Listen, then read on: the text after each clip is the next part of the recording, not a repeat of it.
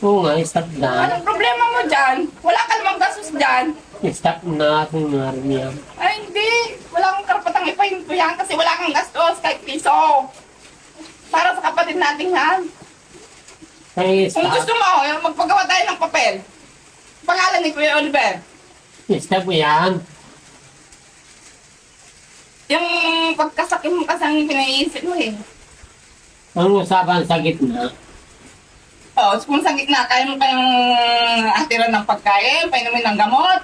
20 years ko inalagaan Nalagaan mo nga doon sa kulungan. Oliver.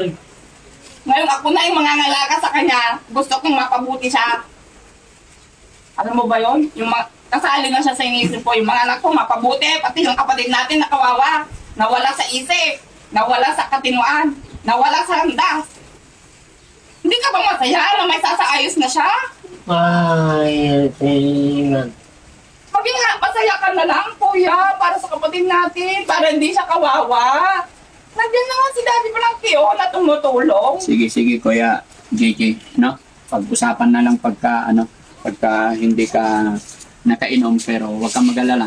Sa ngayon, i-stop ko muna yung Stop yan, Dati Frankie. Kaya JJ, halika. Yan. Tinawag ko si, ayan.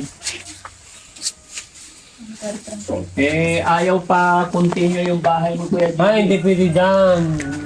Wala ka nang magagawa, kuya, kasi nandiyan na yan. Huwag mo nang Stop ipatigil. muna yan, stop. Kung mabuti yung hangad mo, ipatuloy mo na para sa kapatid natin. Stop dyan, yan sa'yo.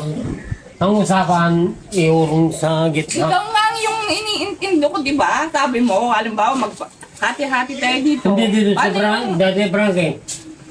Siyang ko natin, hindi pwede dyan, Dati Frankie. Hindi pwede inurong na dito sa bahay niya. Dapat sa gitna. Ikaw nga din ang iniisip ko, di ba? Yung halimbawa, maghati-hati tayo o yung party mo, masakupan niya, kaya mo kayong ibigay sa kanya yan.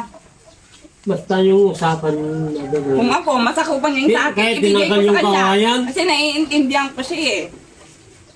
Para sa kay Oliver. Bahay, magkakabahay si Oliver. Wala sa akin yung kwan. Basta magkakabahay si Oliver. Tinanggal yung kawayan. Magkabahay si Oliver. Ay, Kaya lang hindi na itayo doon sa pinagtanggalan ng kawayan. oo, never.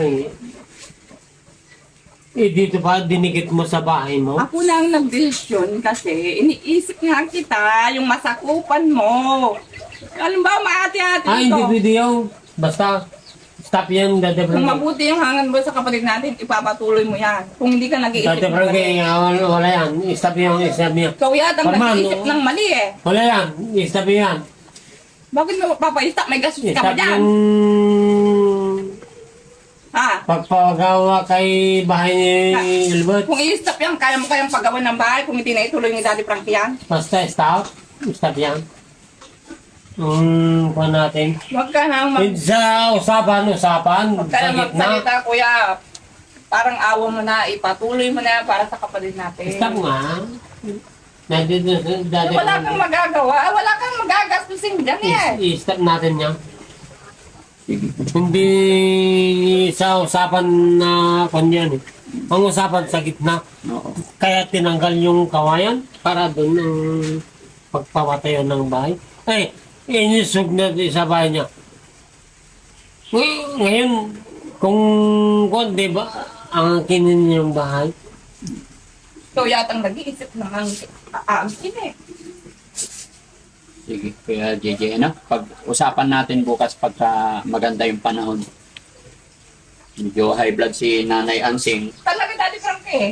Ay, na-high blood ako sa kanyang asal niya.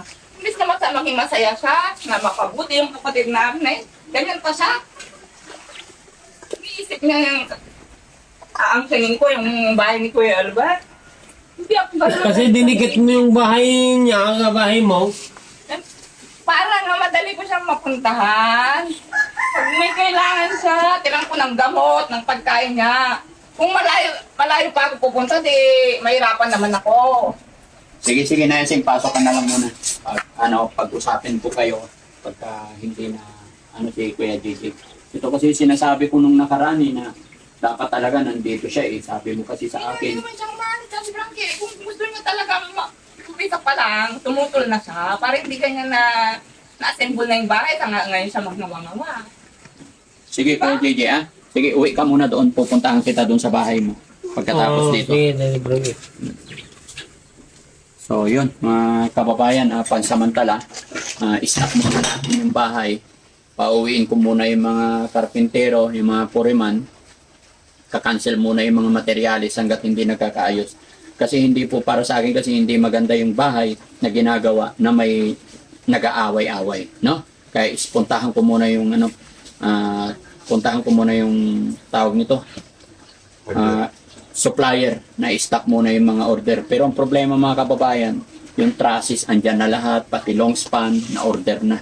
Kasi kung napapansin nyo, yung first day hanggang second day talagang pinadeliver ko na. Kasi pakyawan kasi ang gawa dito kaya mabilis. At saka isa pa, hindi ako sigurado na mapupuntahan. Pero yun, iisipin ko mga kababayan kung paano maiurong. Pero sabi nga ni Puriman, hindi na raw pwede kasi nga mataas na yung pader. Once na iurong natin, alam ko naman dyan, magpapanibago na naman. No? Kaya napakahirap. Kaya, Ate Ansing, siguro pag-usapan ninyo maigi magkakapatid kung ang pinakamaganda. Kasi hanggat hindi kayo nagkasundo, hindi rin matutuloy ang bahay. Dapat nung umpisa pa lang, hindi siya umalis. At sinabi niya yung gusto niya. Kasi sa totoo lang, Nanay Ansing, ito ha, tatapatin kita. Itong materialis na naiparating ko na dito, lagpas na sa 200,000. Kaya kung magpapanibago tayo, kawawa naman ako, kawawa naman yung budget. Kaya Diba? nahiya rin ako sa'yo. Oo. Kaya- tumutulong. Kaya para matuloy or what, hindi ko alam. Pero hindi po sinasarado yung usapan mga kababayan. Comment niyo po dyan kung ano yung magandang gawin dito na matapos sana itong bahay ni Kuya Oliver. No? So maraming salamat mga kababayan kasi kahit ako, sumasakit yung dibdib ko sa nangyayari. Kausapin natin sila in off-cam. Maraming salamat po and God bless.